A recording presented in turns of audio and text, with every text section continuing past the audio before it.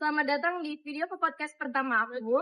Jadi di video kali ini aku bakal membahas tentang seberapa penting sih kesehatan mental itu. Sebelumnya, kenalin dulu, nama aku Nabila Zafikri. Aku dari jurusan Bimbingan dan Konseling semester 1 Universitas Negeri Semarang. Kali ini tentunya aku nggak sendiri, aku bersama narasumber kita yang ahli di bidang psikologi. Tolong ada buat jalan dulu. Izin perkenalkan, nama saya Nasir Bunda, biasa dipanggil Putra. Di sini saya masuk ke sarjana psikologi. Jadi yang pertama yang akan kita bahas di sini, yang pasti itu apa sih mental health itu? Ya, yang pasti mental health itu adalah kondisi di mana seseorang itu sejahtera secara mentalnya sehingga dia bisa menghindari tekanan dalam hidupnya, bisa bahagia dalam hidupnya, dan tidak memikirkan yang lain-lain dalam hidupnya. Seperti itu. Lalu menurut Kak Dava, seberapa penting sih kesehatan mental itu? Kalau menurut kakak pribadi, karena apa? Buat menunjang kayak kegiatan sehari-hari biar nggak terbebani, gimana caranya buat dan kontrol buat apa? Ya, tidak masalah, pengurangan masalah. Lalu selanjutnya ciri nampak dari orang yang kesehatan mentalnya terganggu kayak gimana sih, Kak? Kalau yang kakak tahu itu orang yang cirinya apa bisa gangguan itu biasanya orangnya itu bisa dibilang orangnya kurang istirahat. Dimana kalau misal orang istirahat itu kan biasa ataupun yang stres itu kan biasanya kalau kebanyakan duduk, kebanyakan kegiatan atau apa itu kan yang muncul itu kan kortisol semua. Nah, gimana caranya biar kortisolnya itu terkontrol atau tersalurkan lah? Itu harus mengeluarkan dopamin, hormon dopamin. Nah, hormon dopamin itu muncul itu kalau misal kita melakukan kegiatan kayak misal buat pelampiasan kegiatan positif, misal kalau kita stres biasa paling mahal biasanya ke psikolog. Tapi kalau paling murah itu biasa olahraga, lainnya gym. Buat pelampiasannya kita biar dia stres. Terus faktor apa aja sih, Kak, yang bisa menyebabkan gangguan kesehatan mental ini? Kalau faktor itu biasa nggak bisa disebut satu atau dua faktor, pasti ada faktor gandanya juga. Kalau faktor gandanya entah itu bisa capek atau tekanan dari orang tua atau tekanan dari lingkungan kampus atau sekolah. Biasa lingkungan itu bisa jadi indikasi tapi nggak bisa rata kalau misal penyebabnya ini karena lingkungan keluarga, pasti ada penyebab lain. Jadi banyak ya, Kak, faktornya itu bisa jadi satu faktor doang. Iya, banyak. Terus selanjutnya gimana sih, Kak, cara menjaga kesehatan mental itu sendiri menurut Kakak dan bidang kajian? Kalau menurut kakak yang paling murah itu olahraga itu biar bisa nurunin kortisol. Selain kortisol kita bisa jadinya kayak tersalurkan gitu, enggak kayak misal enggak stuck gitu. Jadi kalau misal kita terlalu terpaku, kayak misal kita kebanyakan sosmed otomatis itu jarang kegiatan, paling kayak di rumah balik capek sendiri atau capek itu biasanya menyebabkan orang itu jadi manusia lebih kayak mudah emosi, mudah hamba. Gitu ya.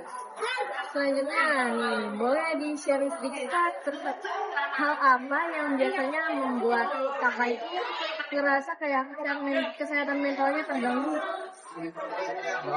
Mungkin bisa dibilang tekanan dari keluarga, tekanan keluarga kayak misal orang tua kayak nuntut ekspektasi lebih. Saya ekspektasi lebih kayak misal kamu harus berprestasi di bagian ini, bagian ini, kamu harus punya relasi seperti ini. Tapi kalau semisal anak itu belum siap, otomatis jangankan bisa berbaur, persiapannya mereka pasti belum matang juga, jadi nggak bisa langsung bilang kamu harus begini baru begini, tapi tanpa melihat indikasi perubahan kecil. Kayak misal perubahan kecil itu semisal misal banyak ini misal di rumah biasanya new kegiatan terus, tapi ada satu momen itu dimana banyak itu diam terus banyak pikiran, banyak apa. Biasa orang tua kan nggak bisa mendeteksi, kecuali orang tuanya tanya dan kita cerita. Itu yang pertama.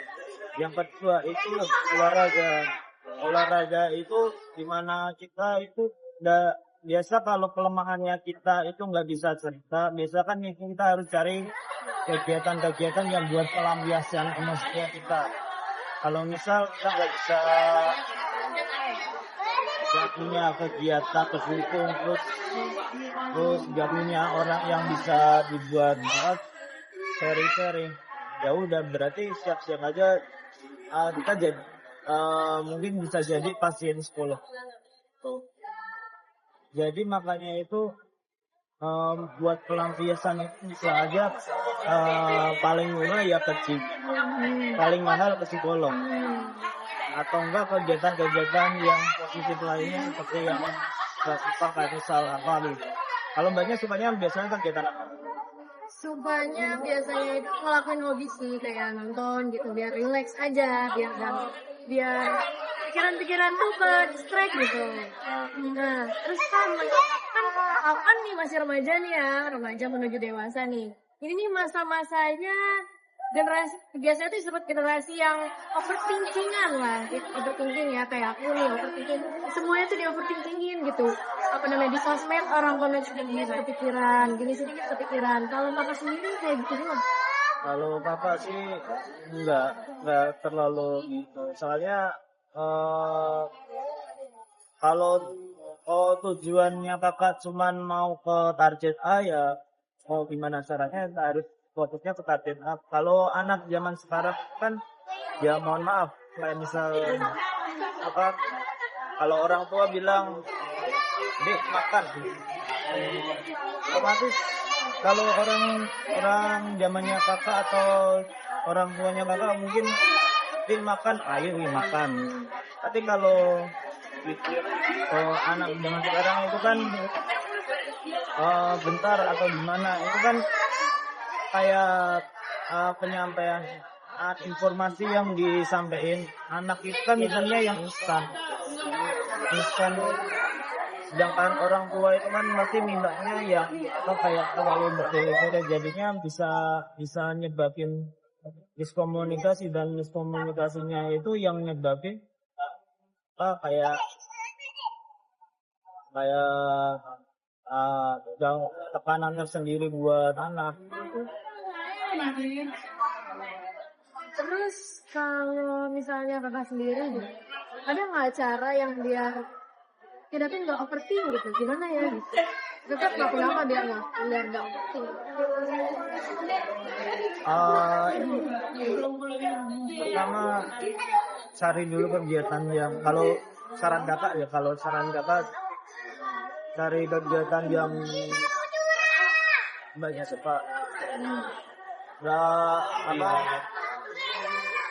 cari kegiatan yang baik, yang suka, yang sebenarnya paling nyaman. Jangan terlalu ikut-ikutan sama teman ya. Kalau misalnya ikut-ikutan sama teman biasanya bakalan kayak miss gimana gitu. Jadi minimal cari kegiatan yang Mbak suka dan bisa melampiaskan jenuhnya Mbak waktu di rumah sendiri atau kegiatan waktu sejak-jaknya atau mana. Selanjutnya, ini kan zaman sekarang teknologi sosial media udah pada canggih tuh kan. Terus habis itu kebanyakan anak muda ini kan mainnya sosmed 24 jam sosmed gitu. Terus menurut kakak sendiri, seberapa berpengaruh sih peran media sosial media pada kesehatan mental? Kalau itu berperan banyak itu harusnya ke orang tua ya. Kalau misal orang tua biasa pas ada fase-fasenya, kalau misal fase 1 umur 4 sampai 6 tahun itu kalau misal anaknya tantrum langsung dikasih sesuatu ya, umur 12 sampai selanjutnya fase keduanya ya mama siap-siap tantrum aja.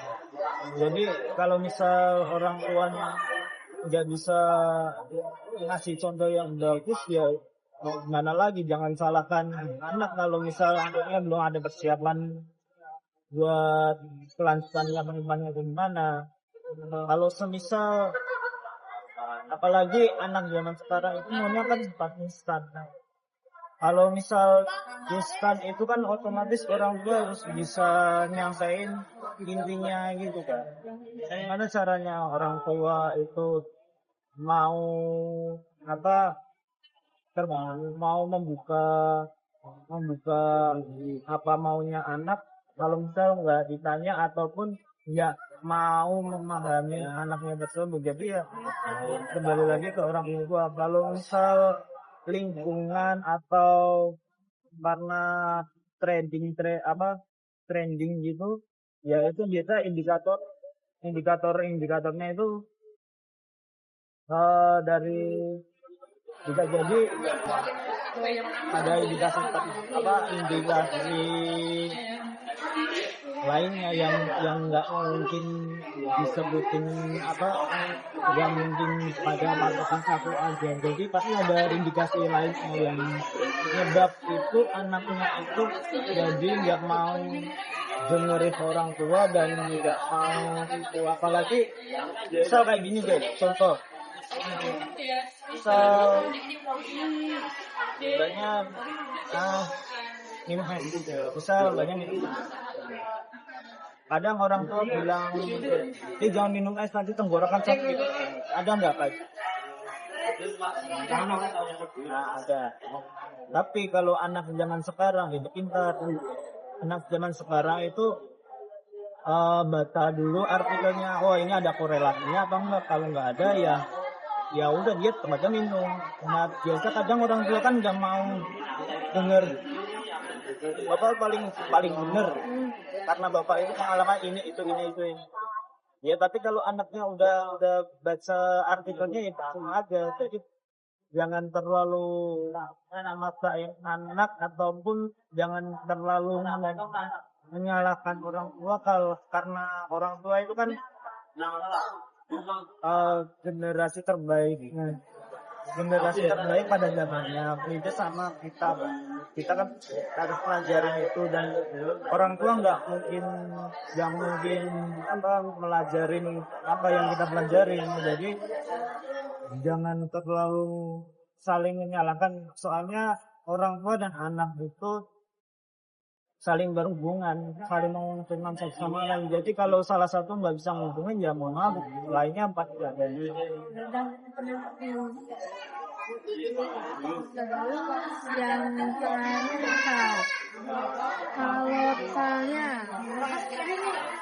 kalau misalnya lagi kayak yang tadi kakak sebutin, kalau misalnya lagi stres karena tekanan, terus itu tuh yang biasanya kakak lakukan apa sih? Kakak bakal cerita atau enggak sama orang, atau Kan kakak kan secara kan kakak cowok tuh, biasanya cowok kan ada stereotip yang dia tuh katanya cowok tuh nggak bercerita, cowok tuh mendem sampai tahu jalan kamunya nggak mau nyusahin orang lain gitu. Kalau kakak suka nggak sama sama statement yang kayak gitu?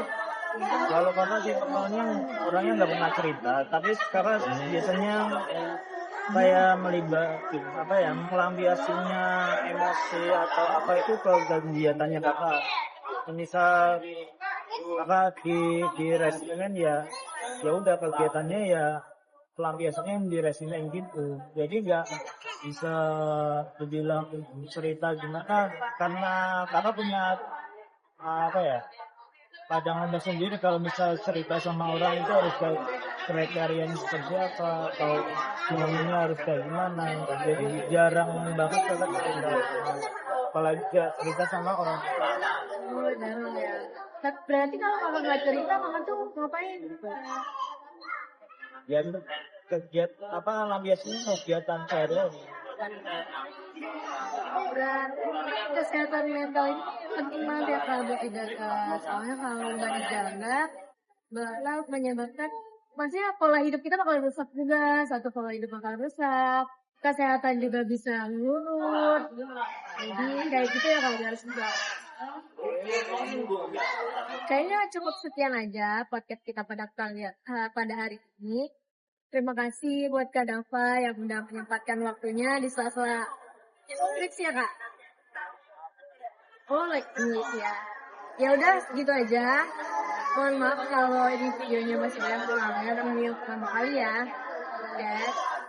Sekian, wassalamualaikum warahmatullahi wabarakatuh.